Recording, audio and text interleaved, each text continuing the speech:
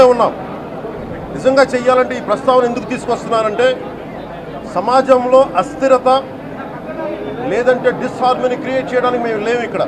కానీ తప్పు జరుగుతుంటే, దాడులు జరుగుతూ ఉంటే, అపవిత్రం చేసుకుంటూ వెళ్ళిపోతే చూస్తూ ఎవరు కూర్చోం. తప్పు, అది కూడా తప్పు అవుద్ది. ఫండమెంటల్ కాన్స్టిట్యూషనల్ ఫండమెంటల్ ఇది. ప్రతి వ్యక్తికి వారి ధర్మాన్ని ఆచరించే హక్కు ఉంది. ఎవరన్నా వచ్చి ఆ ధర్మాన్ని పాడు చేసే హక్కు ఎవరికీ లేదు. ఇట్స్ ఎ ఫండమెంటల్ రైట్ ఇది. ఇలాంటి స్థాయిలో ఈ రిపోర్ట్ బయటకు వచ్చినప్పుడు ఏం చెప్పు ఉండాల్సింది గత ముఖ్యమంత్రి గారు? నేను ఏ రోజు కూడా మీరు చూశారు, ఇది ప్రభుత్వం, మన కొత్త ప్రభుత్వంలోకి వచ్చాం, ఇది వెండెట్టా ప్రభుత్వం కాదు, ఇది పగా ప్రతీకారాల ప్రభుత్వం కాదు ఇది.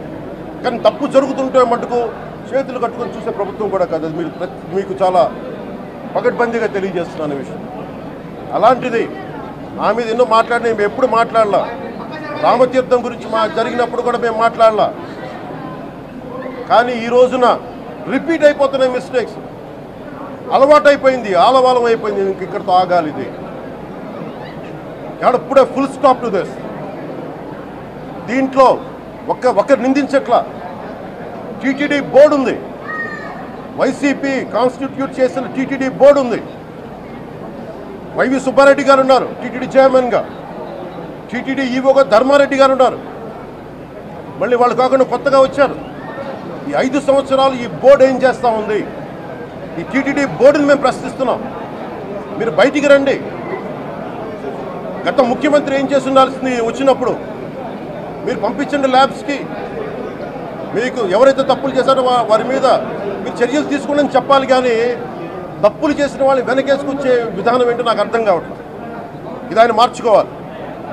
అంతేగాని మీరు అస్థిరత చేసే ఆలోచన కానే కాదు. ఇదే మీరు ఊహించండి. ఇంకా ఏ ధర్మం మీదైనా సరే ఇలాంటి అపవిత్రం ఒక చర్చి మీద జరిగినా, ఒక మస్జిద్ మీద జరిగినా దేశం అల్లకల్లోలం చేసేస్తారు. ప్రపంచం అంతా మాట్లాడతారు, గ్లోబల్ న్యూస్ అయిపోద్ది.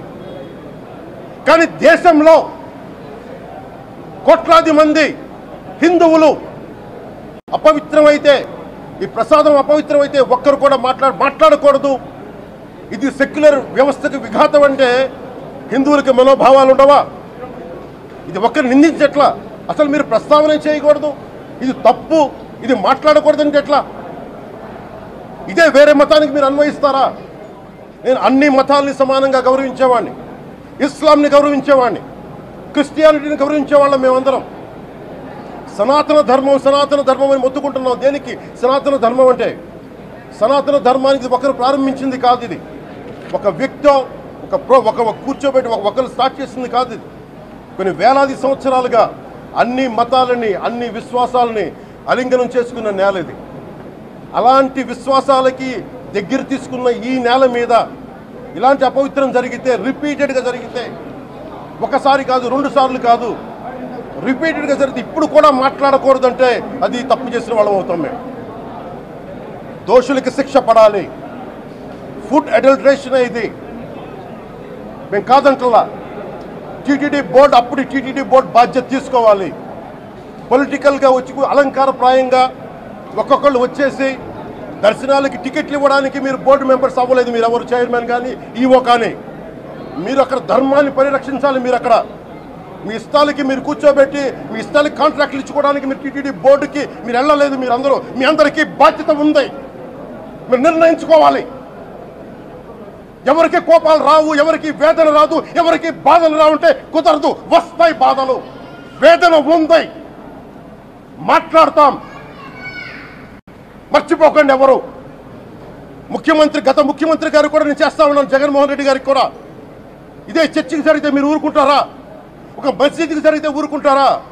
ఒక తిరుమలకు జరిగినప్పుడు ఎందుకు వెనకేసుకొస్తారు? రాకండి. ఏ మతం మీద దాడి జరిగినా సంపూర్ణంగా నాతో సహా మేము ఖండిస్తాం, బయటకు వస్తాం. ఇస్లాం మీద దాడి జరిగితే మేము మాట్లాడతాం, క్రిస్టియానిటీ మీద దాడి జరిగితే మేము మాట్లాడతాం. హిందూ ధర్మం మీద, సనాతన ధర్మం మీద దాడి జరిగితే కూడా నేను మాట్లాడతాను. ఇది మొదటిసారి కాదు, మేమందరం మాట్లాడతాం. ఇది ప్రాథమిక హక్కు. ఇది పరస్పర విశ్వాసాలను గౌరవించుకోవడం చాలా చాలా అవసరం.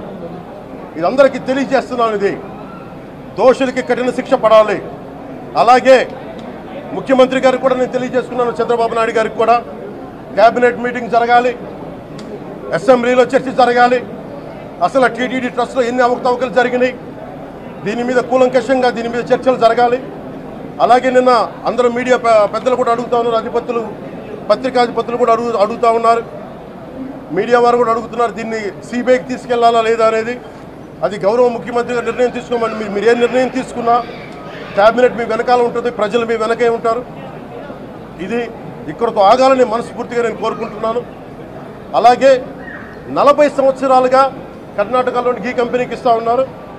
15,000 కేజీలు అవసరం అవుతుంది నెయ్యి, మనకి స్వచ్ఛమైన నెయ్యి. అలాంటిది వీళ్ళు 1000 రూపాయలు కొన్నదాన్ని వీళ్ళు 360 రూపాయలకే వస్తుందని చెప్పి ఎవరో మిడిల్ మ్యాన్ వచ్చి చెప్పారు. ఆ మిడిల్ మ్యాన్ ఎవరు? దీని మీద సంతకం పెట్టింది ఎవరు?